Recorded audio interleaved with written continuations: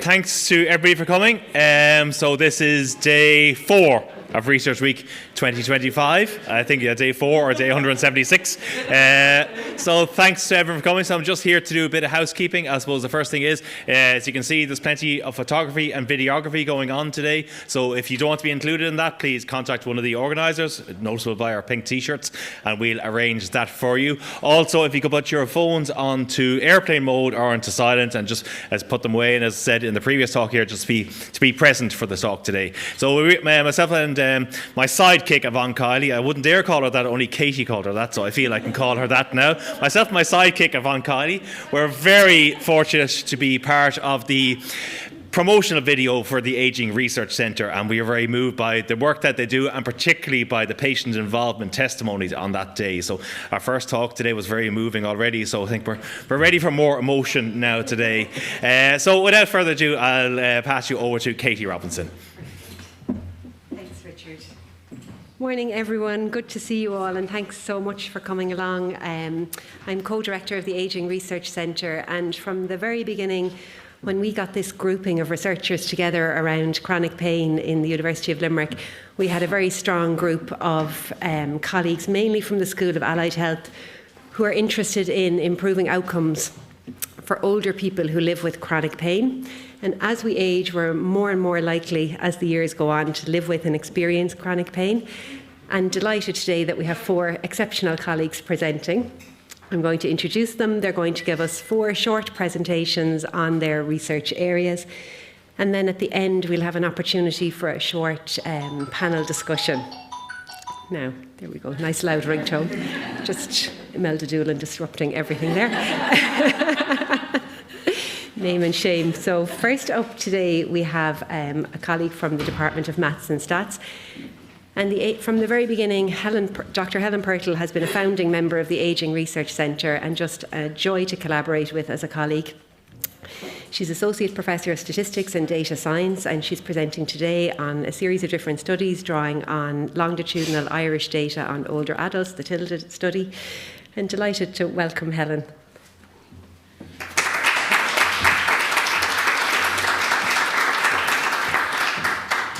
Thanks, Katie. And thanks very much. I'm delighted to be here today to talk to you a little bit about our work with the Ageing Research Centre and looking at TILDA data. So TILDA is the Irish Longitudinal Study of Ageing. It started Wave 1 and finished collection of Wave 1 in 2010 with over 8,000 older adults aged 50 plus. Since then, there's been 5 waves every 2 years. So for me, I started working on TILDA data back in 2015 and started collaborating with brilliant researchers in allied health on this. And I suppose what I found really interesting when I looked at the data set was the amount of information that the participants had willingly given, the design of it, the fact that it was comparable to other longitudinal studies such as AILSA, the HRS, and it was just such an opportunity to work statistically with this amazing data set. So what I want to talk to you today about is 2 papers. I've had been very lucky to have had 2 brilliant PhD students. Aoife O'Neill graduated in 2019 and Eva Ryan, who graduated just this January. So I want to talk briefly about their studies. So the first paper I want to talk about is the development of pain in older adults. It was published in 2018 in Pain. Just to give a bit of context to the data, there are several pain measures. So in TILDA, there is 8,000 plus people, but there are 1,600 different variables. The pain measures include, are you troubled with pain? Yes, no. How bad is the pain? As a measure of severity, does it impact on your daily life? Are you taking medication? And at Wave 1, we do have some information on where they experience the pain. So it's self-reported. What's really good about TILDA, though, is it's nationally representative. So we just have this picture across Ireland. So in Aoife's study, what we looked at was we looked at the development of pain and how it relates to biopsychosocial risk factors. We used a method called latent class analysis. So what we did was we looked at those people who had no pain at wave 1.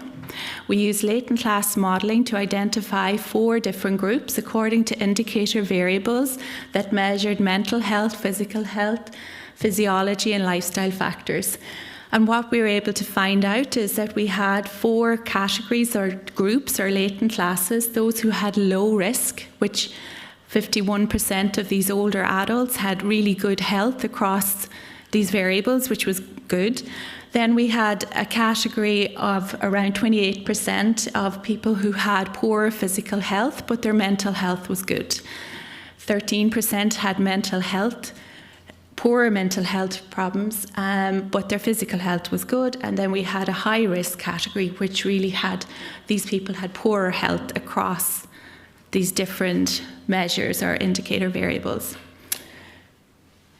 This allowed us then to examine how these groups differed across sociodemographics. So the high-risk group were more likely to be female, more likely to be older and have less educational background.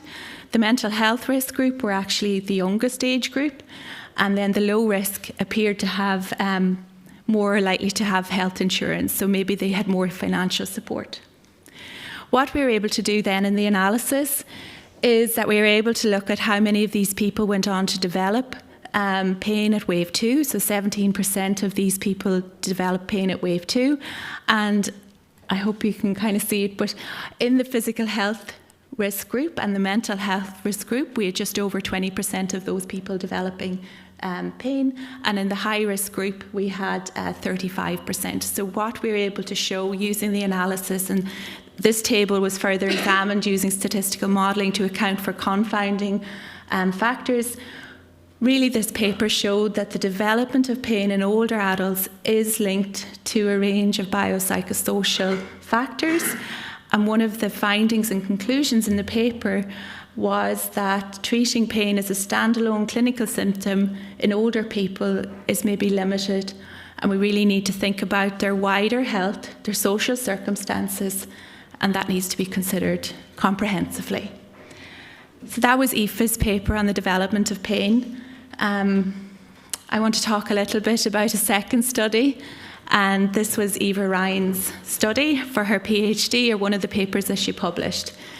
So in this study, we had access to 5 waves of tilde data.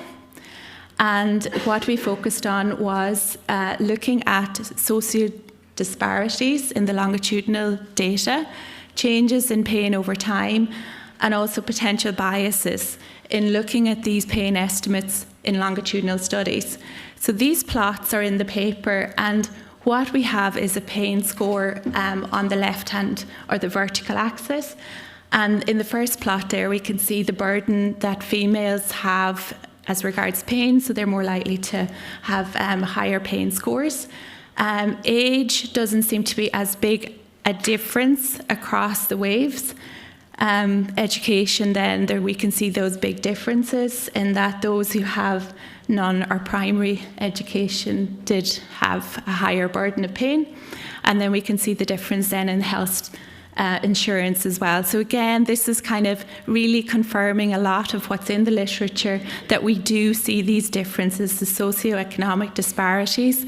Similar study was done in the HRS study as well, showing these same effects. I suppose there is a bit of good news in that we don't see a huge increase in pain over time, because this was over 10 years, so at least these profiles look quite flat. And the analysis then used what we call latent growth modelling, just to confirm the significance of these differences in the longitudinal data.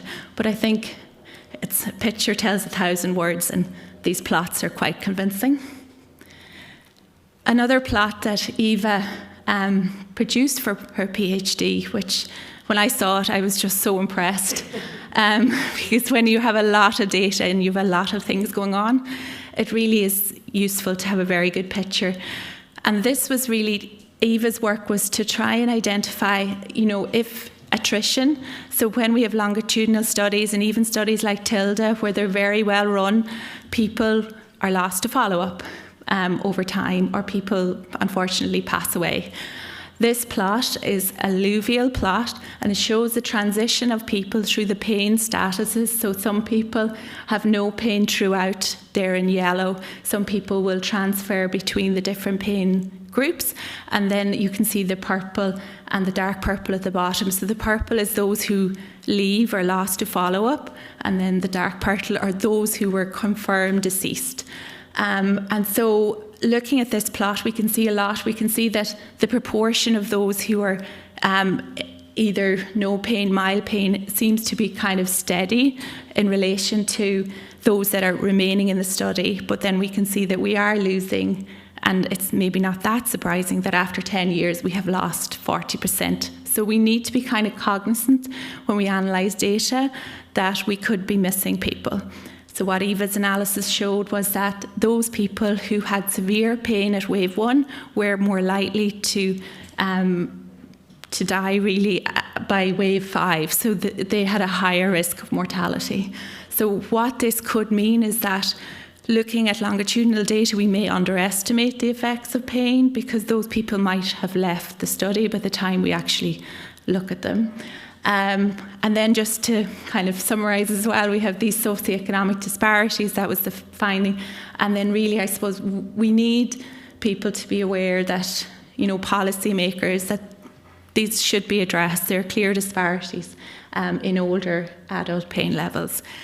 So these two papers were fantastic to work on. As a statistician, it's always great to collaborate with experts in pain and to have brilliant PhD students as well.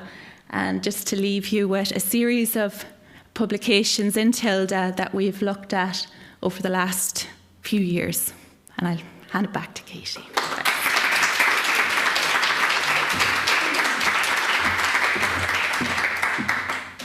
Brilliant, Helen, and it just sets us up so nicely for the follow-up studies which move away from just describing pain and move on to talking about how pain can be addressed and treated in older adults. And up next we have an academic colleague from the School of Allied Health, Dr. Clodagh Toomey, who is a holder of the very prestigious HRB Emerging Investigator Award at the moment, which supports talented researchers. And from working alongside Clodagh every day, I can say she absolutely is a very talented researcher.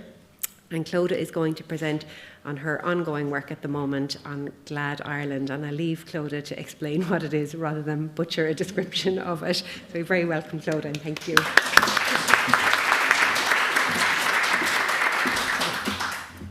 Thank you, Katie, and thanks to Helen for setting the landscape on what chronic pain looks like in our Irish population. So I'm going to move on from that to talk about some of the research initiatives that we have ongoing in our healthcare services and what we're trying to do to improve outcomes for people with chronic pain conditions. So the pain condition that I'm most interested in is osteoarthritis, as many of you probably know. It's because it's the most common chronic condition in those over the age of 65. So more common than a lot of the other chronic conditions that we see, cardiovascular disease, diabetes, that, you know, that have a lot of maybe services and resources backing them. But it's affecting over 240 million people worldwide and affects more women than men. In terms of, you know, the outcomes, osteoarthritis really limits life. So 25% of these people cannot do their normal daily activities. 80% are limited with movement. In Ireland, we see again that 1 in 5 women, 1 in 10 men over the age of 50 have a diagnosis. They also have a 4-fold higher prevalence of having 3 or more other chronic conditions. Okay, so high rates of comorbidities in this population, at an annual cost of 13.6 million compared to people in Ireland who don't have, you know, osteoarthritis.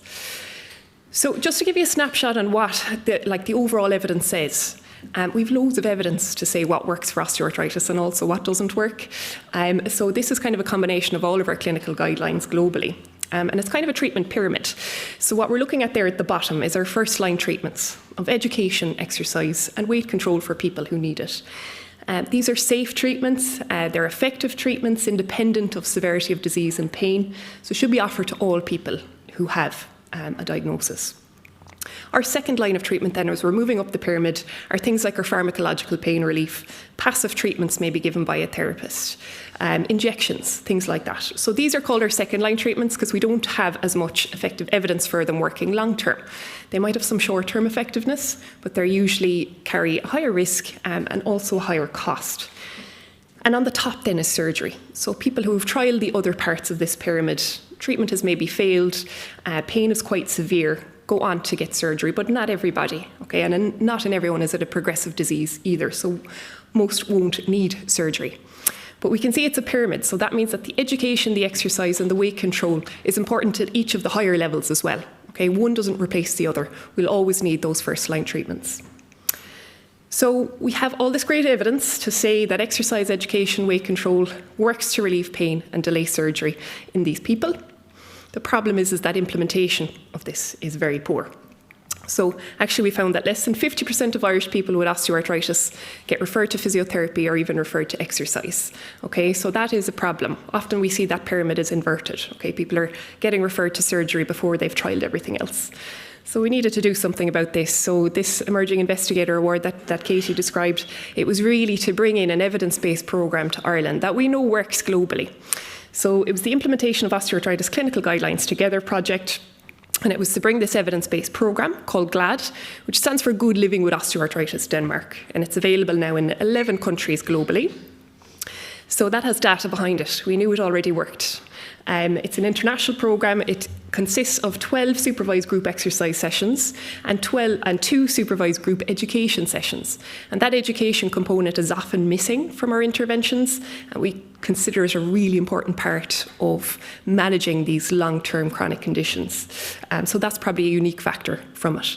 So we're training up physiotherapists around Ireland to deliver this supervised programme, both within the HSE, so primarily primary care, because we want it to be an equitable programme. We want it to be able for people to access it, but also in the private and voluntary sectors as well, and it's also available in acute hospitals. So the aim of the research around this was to use a participatory health research approach. So that's bringing together researchers, clinicians, patients, and any other stakeholders to the table to determine how to implement this evidence-based programme within our complex healthcare settings. Okay? So we needed everybody to come together to make these decisions on what strategies would work best. So there was 4 work packages. Okay, the first one was Engage. Okay, that was forming the steering committee, so building this participatory health research steering committee to make these decisions and to have oversight on how we were going to put this in place. So this steering committee, the main aim was to co-design the implementation strategies. This was informed by implementation theory, but also our international and local evidence. So we went out and we surveyed physiotherapists, GPs, and also people with osteoarthritis around Ireland to see what were the barriers in place and what were some of the enablers. And also what the beliefs were of the people around exercise and what they believed, how exercise would work. There's a lot of myths and misconceptions around this disease. So figuring out what that was like in the Irish context was important to be able to determine how we could intervene. The second work package, Implement. This is where we went out to train our physiotherapists and then pilot the implementation strategies that had been co-designed. So to date, we've trained 230 physiotherapists around Ireland through 7 different courses. We had our first one in 2021.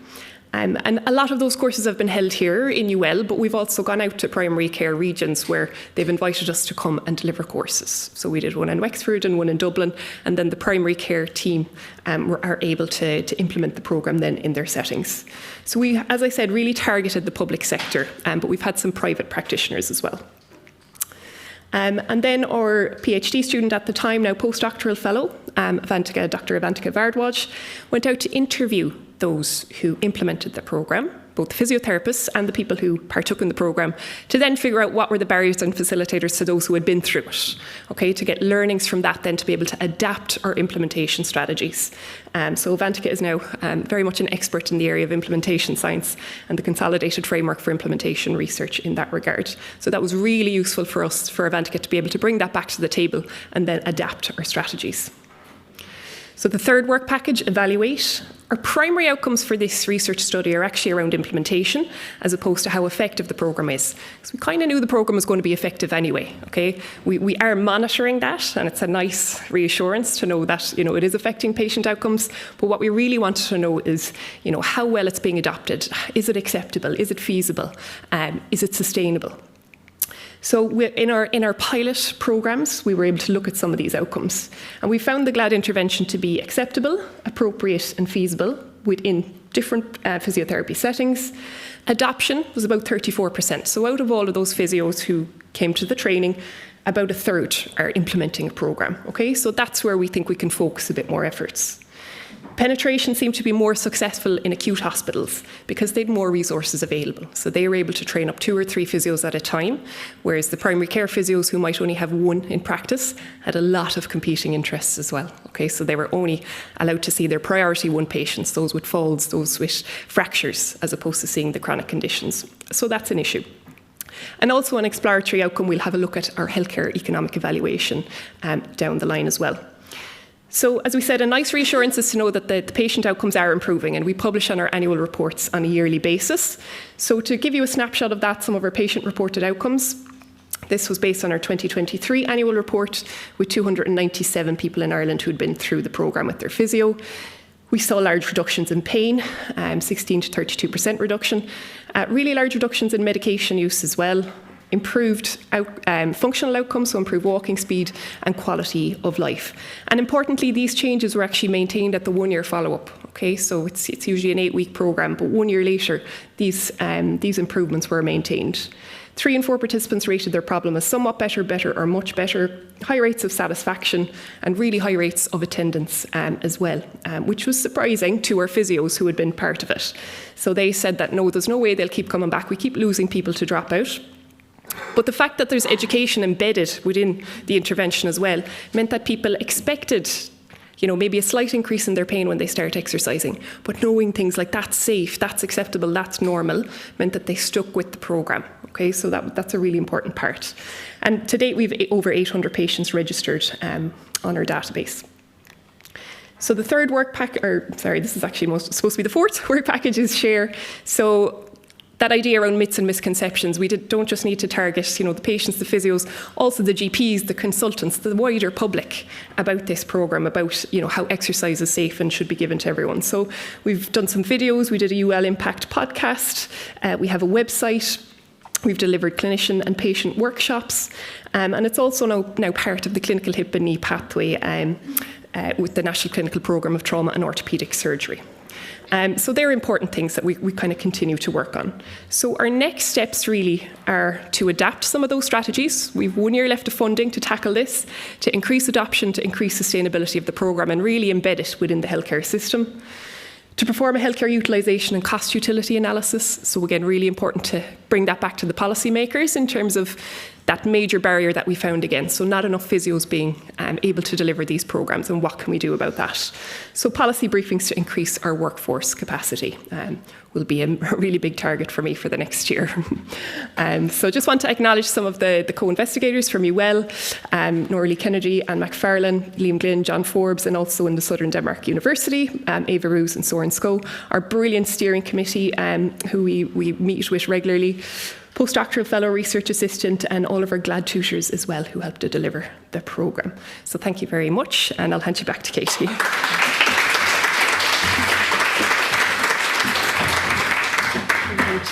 Clodagh, just such impressive and impactful research, and just the level of reach you've achieved is unbelievable. So next up we have Professor Karen McCreesh, another colleague from the School of Allied Health. And Karen is presenting today on another Health Research Board funded study, the COMEX pain trial, which is live and active at the moment. So delighted to hear more about this, Karen. Thanks a million.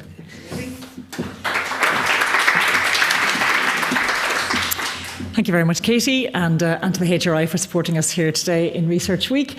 So very much following on the theme of thinking about how do we support people living with chronic pain to experience better support in their own communities in terms of these long-term challenges that people experience. And I'm presenting also on behalf of my research team in Comics Pain. That's Dr. Mairead Keneally, my postdoc, and Sive O'Dwyer, our fabulous research assistant.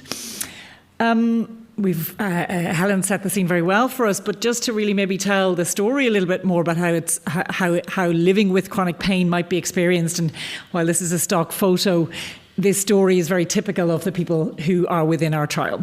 So Margaret, she's one of the 1 in 3 older Irish adults who live with persistent pain. Her diagnoses are fibromyalgia, knee arthritis and spinal pain. So it's very rare that our participants have a single site pain. Generalised chronic pain is usually what we're working with. And what does it feel like day to day to be Margaret? Well, life experience is of good days and bad days, but pain is impacting every part of her daily life. She has poor and fragmented sleep. She's not able to walk for more than 10 minutes. She's turning down social engagements because of pain, and because of that, she's becoming increasingly isolated and more lonely. As we heard from Helen's work, the experience of chronic pain then begins to have a knock-on effect on other issues in life. So because she's unable to be physically active, she's become more overweight. Because of that, she's developed pre-diabetes, and then continues to have difficulty managing chronic conditions because of that knock-on effect. Margaret has had bad experiences with healthcare providers because chronic pain is one of those conditions where there's an enormous amount of stigma. So we continue to have very much a public view of people with chronic pain are lazy, people with chronic pain just need to get up off the couch and move, people with chronic pain are, it's their own fault, it's on in their head. So that stigma very much exists within the community for people with chronic pain, unlike perhaps some other chronic conditions where people are given a little bit more leeway by their friends and colleagues. And Margaret's experience of exercise classes are that either her pain has been dismissed, oh, come on, get on with it, everybody else in the class can do it, or the pain has been given as a reason why she shouldn't be in the class. Oh, you're getting a bit of knee pain when you're exercising, back to GP now, you don't belong here. So this is really where our Comics Pain trial is framed, in the experiences of people exactly like Margaret, where the opportunity to exercise is limited by the fact that they've got pain, and that gives them a very negative knock-on healthcare effects on their own health. But their experience of trying to exercise in a community environment has been very much fraught by these barriers of being told either get on with it, be the same as everybody else, or no, this isn't a place where you belong. So the development of our project involved partnering with the patient organisation within Ireland called Chronic Pain Ireland, really important advocacy group that we've been connected with since 2019. And we really listened to the stories of their members in terms of what their experiences were of trying to engage with community-based exercise. So we understood, through looking at literature, what community-based exercise could do for people with chronic pain. There was no question that it didn't just help them in terms of their pain intensity, but that experience of being in a group-based environment was helpful socially. It was helpful psychologically. It was helpful in terms of their engagement within their own communities. Our second phase was about understanding the views of people with chronic pain. But the second thing we felt it was really important to do was then to look at the providers. So who's providing community exercise, and how comfortable are the providers in working with people who are living with generalised chronic pain. So we linked again with Limerick Sports Partnership and spoke to their trainers about what their experiences were of working with people who have pain, and again, how ready they felt as exercise tutors to support the needs of people with pain within community exercise classes. All of that work culminated in the development of a project plan to design a community-based programme and secure funding, which we did then through the HRB Definitive Intervention and Feasibility Scheme. Looking at some of those needs, I just want to emphasise again what we found out. So we looked at the experiences of people with chronic pain here on the left and the exercise trainers on the right. And the bit that they shared is in the middle of our Venn diagram here. So for people with chronic pain, they really emphasised that if I'm going to go and join an exercise class, I want to be with someone I can trust. And many of them felt like, well, that would only be a physiotherapist. Now, the reality is, and Clodagh highlighted beautifully, is the resources are not there for physiotherapists to deliver this service to everybody who needs it. So in order to scale that, we needed to create opportunities within the community. So they wanted someone who would give them empathy. They wanted a setup where they would get some peer support, but that environment would be really inclusive. And that wouldn't just be about how the exercises would be delivered, but it would be about public transport availability, somewhere to park, a bathroom, a warm environment, because if I'm too cold, my pain gets worse. So all of those elements of inclusivity that needed to be in place to make this community-based exercise work. The trainers had the huge desire for inclusion, and Limerick Sports Partnership have been real champions of inclusion in terms of the way they've delivered their exercise classes. But the trainers didn't understand pain, and they felt like they needed to engage in training to improve their knowledge of what it was like to live with pain. And both groups had fears about pain. So the people with pain were afraid their pain would be made worse. The tutors were afraid we'd be responsible for making people's pain worse. But yet, the positive things, both of them felt it was possible that exercise could be adapted. That if the focus was on participation rather than performance, then that was likely to be the successful environment. And the tutors traditionally had much more a focus on the performance. They needed to do X number of reps and sets, or else really the exercise class wasn't being successful. So the project was really founded around all of these ideas. So we have kind of a couple of key work packages. The first one is the Train the Trainer, which is where we provide training to the community exercise tutors in supporting people with chronic pain. And as part of that training, they are trained around the science, the neuroscience of pain, but also to help understand all of those biopsychosocial and socioeconomic factors that influence pain. They've been then working with specialist physiotherapists to adopt and develop. So adopt the existing classes ultimately is what we did. We thought we might have to develop new classes. We didn't. We adopted what was already there just to meet the needs of people with chronic pain. And as part of that work package, we focus very much also on the experience of the tutors, both of the training, but also of their experience of working in the classes with people with chronic pain. And that feedback is being used all along to shift and change what we're doing. The second key work package then is to recruit people with chronic pain and bring them into these community-based exercise classes. And we're doing that using a randomised controlled trial model on a feasibility basis. So the people are either randomised to undertake the exercise classes in the community, or they undertake an 8-week control period where we send them out a manual that helps them to kind of better understand pain and begin to exercise at home. If anyone wants to have a look or want to take one for someone, you're very welcome to take those afterwards. They're there for anyone who wants to see them. We have a really, really important PPI group, like Claude is, a steering group that helps support us in helping to train the trainers through lived experience. So the trainers actually, for a period of their training day, just sat down with people who live with pain and talked about their experiences of engaging with exercise. Our PPI group help us to develop our patient education and recruitment materials. They advise us on recruitment strategies, and that has been really key in ensuring that a trial has been successful. They sit on the trial management committee and trial steering group, and are beginning now to become co-authors in terms of interpreting and helping us to analyse the qualitative data. Our trial protocol has been published in HRB Open Research, so that's available for anyone who wants to see it. And so just looking at the different strands, that's our train the trainers. So we recruit the trainers, we evaluate their sort of experience and beliefs around pain. They do their train the trainer workshop, they lead the classes, they get ongoing tutorials right through the process of the trial. And then at the end, we'll come back again and revisit the trainers' experiences of the trial, but also whether there are any changes in their beliefs and behaviours around pain. And our main trial is recruiting people with chronic musculoskeletal pain over the age of 50 in the community, measuring their pain, disability, quality of life and current objective level of physical activity.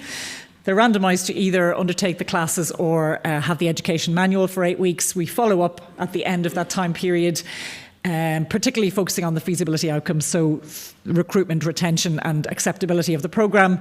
And then our control group are offered the opportunity to cycle straight back into the classes once they've completed their control element. So everybody gets to engage, and in fact our control participants have all taken up the opportunity to take up the classes as soon as they're finished their control arm, which was kind of a surprise to me.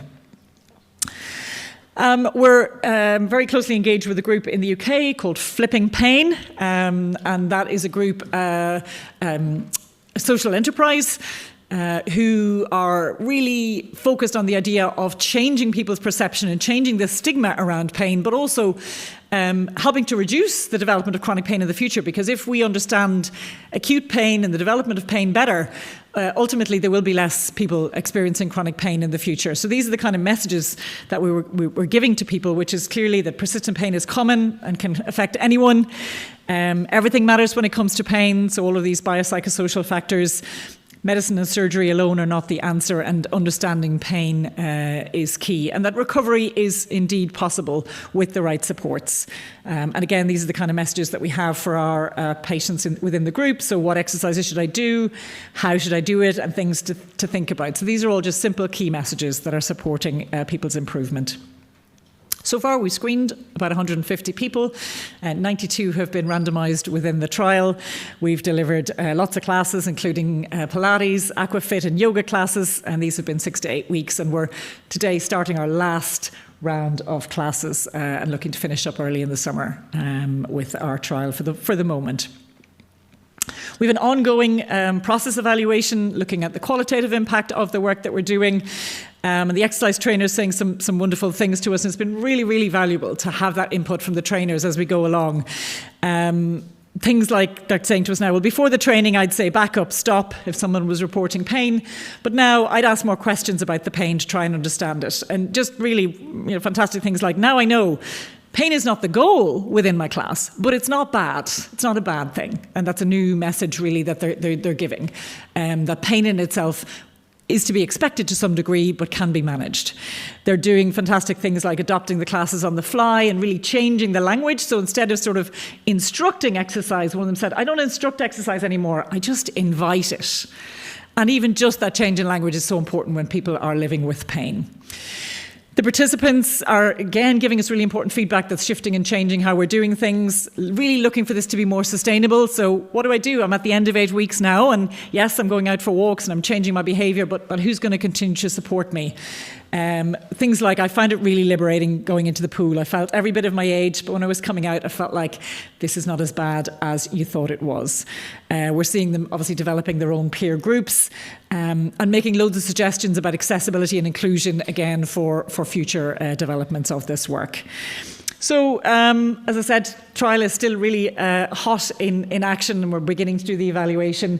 But ultimately, what we're seeing is that connection with Chronic Pain Ireland, Limerick Sports Partnership has been key to something that was really feasible and sustainable, and is happening on the ground in a way that people are really engaged with. We're really surprised at the rate and extent of recruitment that we got, which again is clearly illustrating the need for this.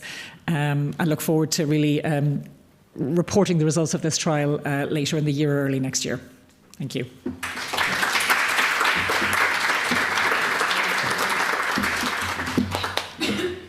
I've heard Karen present many times over the 2 decades that we've worked together, and never failed to be impressed by her as a presenter. And I think just your dedication to the area of musculoskeletal pain over the last 20 years, your capacity building, support of others, Karen, and this COMEX trial, just the culmination of so much networking and building of capacity, and the reach and impact it's having is just absolutely fantastic. So our final speaker, no pressure now, Helen, everybody else has been absolutely amazing. So we have Dr. Helen O'Leary joining us. Helen is a clinical specialist physiotherapist, and she is also a Health Research Board funded researcher. She holds a Clinician Scientist Fellowship Award, and in the same thematic area has been doing fabulous work around improving outcomes for older adults who live with chronic pain. So over to you, Helen, and we'll have some time for questions at the end. Thanks, everyone. So I guess both Clodagh and Karen have talked about, targeting people with joint pain and people with chronic pain, in group settings and in person. So I want to talk to you a little bit about a project that myself and Clodagh Toomey have co-led, and it's about developing an online resource to target a wider audience with chronic musculoskeletal pain, so called jointpain.ie. And really this, sorry, there's a slide missing there now, but so this project emanated from Clodagh's GLAD programme and my own work with Karen McCreesh, the Knee Deep project, where we were trying to target people with knee pain, and became very aware from talking to patients with hip and knee pain and clinicians, that there was really, because of the prevalence of these conditions, there was a lack of resources and trustworthy information for people with chronic joint pain. And so really it was funded by a Knowledge Translation Award from the Health Research Board to co-design and co-develop an online resource for people with hip and knee pain. And the aim was that we would, in terms of the co-design approach, it was really that it would meet the needs of both healthcare professionals who we hoped would direct people to the resource, but also the patients themselves. So, as I said, it was a co-design method. So we held a series of workshops with both patients and healthcare professionals. And it was quite iterative in terms of it was quite a broad approach at the beginning, where we really talked to people about what their kind of information needs were. And similarly heard about, I suppose, negative experiences really within the healthcare system, where people had felt kind of, quite alone, and that they hadn't been given good information from the outset, and this expectation that they would self-manage, but not given the kind of support to do that. And we went back to, both healthcare professionals, in particular GPs, for, I suppose, more targeted information gathering, and really to focus in on where this website could meet their needs. We used a short survey to ask people to kind of prioritise or rank their information needs. And we analysed the information, and that informed the subsequent data collection. The patients that participated in this, the age range was reasonably broad, from 40s to people in their 40s, people in their 80s, with a median of about age 68. I guess interestingly, the older age group weren't necessarily people that would access resources online, but they could still tell us what their information needs were. And I guess it highlighted to us the importance of also having printable information that could be printed from the website. So in terms of the patient workshops then, so the focus of the first workshop, like I said, was to kind of understand what the needs were. We took that information, designed a prototype, and then went back several times to the patient groups. We got their insight in particular on things, like the design and the navigation. We started off with an Australian website that we had originally planned to adapt, but it was apparent fairly quickly that people were not. It wasn't going to meet their needs, so we started from scratch again. The final workshop then was to integrate, feedback and to finalise the content. We went on to consult with some organisations then, so we got Arthritis Ireland involved. We consulted with the National Clinical Programme for Orthopaedics and Trauma, and the Irish Coalition of People with Obesity. So in terms of understanding the information needs of older adults, it's funny, Katie, you told me to save the slides when I tweaked one at the start, but some of the information has moved. I progress on. So in terms of, I suppose, the needs in particular were needs for simple, accessible information. And that idea of these people with chronic pain, it has both a mental and physical burden, and people had a problem sometimes with retaining the information that they might be given in a clinical consultation. The information was, overly laden with medical jargon. So that message really came across to us, that the language was really important and something that people could kind of go back to consistently. It was emphasised to us, the amount of kind of misinformation that's online. People wanted something that they felt they could trust, that was endorsed by, organisations like university, the Health Research Board, the National Clinical Programme. So linking with organisations and making that quite kind of visible to people that this was a really trustworthy resource. And finally, the last point there was that the messaging was trustworthy and both, I suppose, consistent, that people were seeing that this messaging was consistent, what they could read online, and was in line with what their kind of trusted healthcare practitioners were telling them.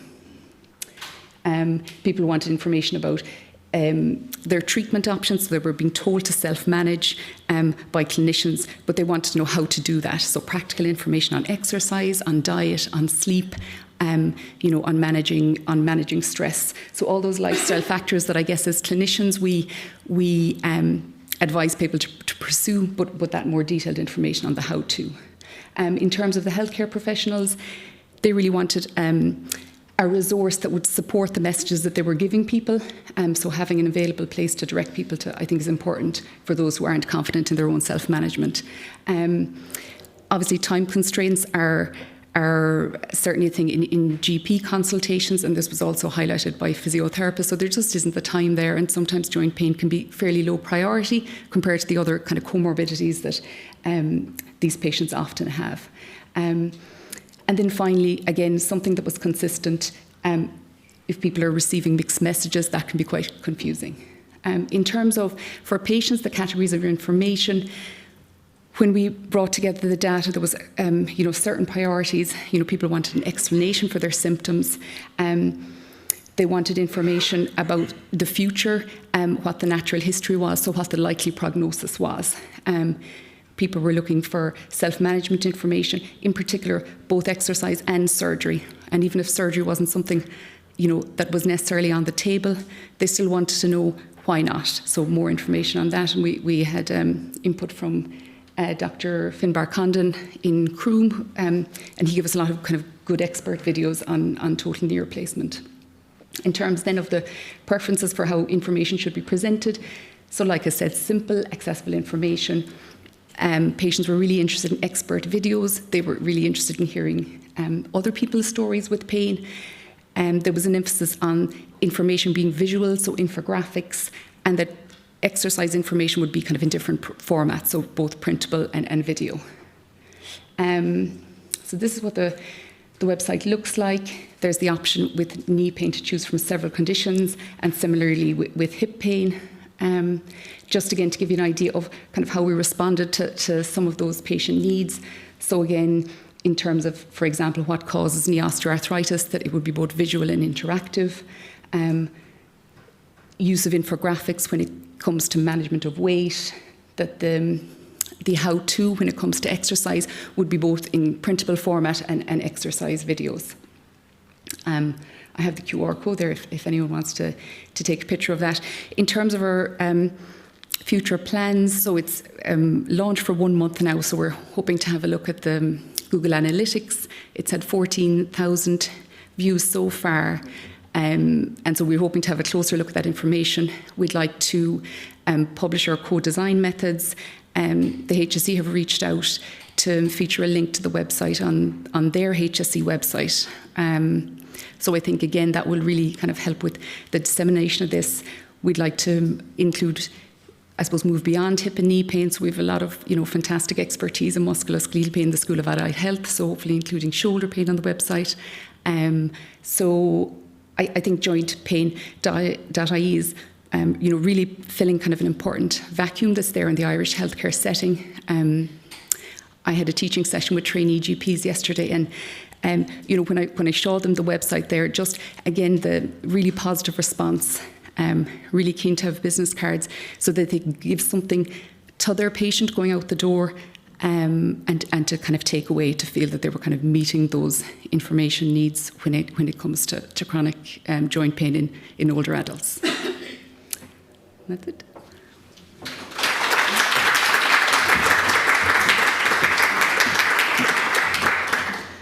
Helen, thank you so much for such a fabulous presentation.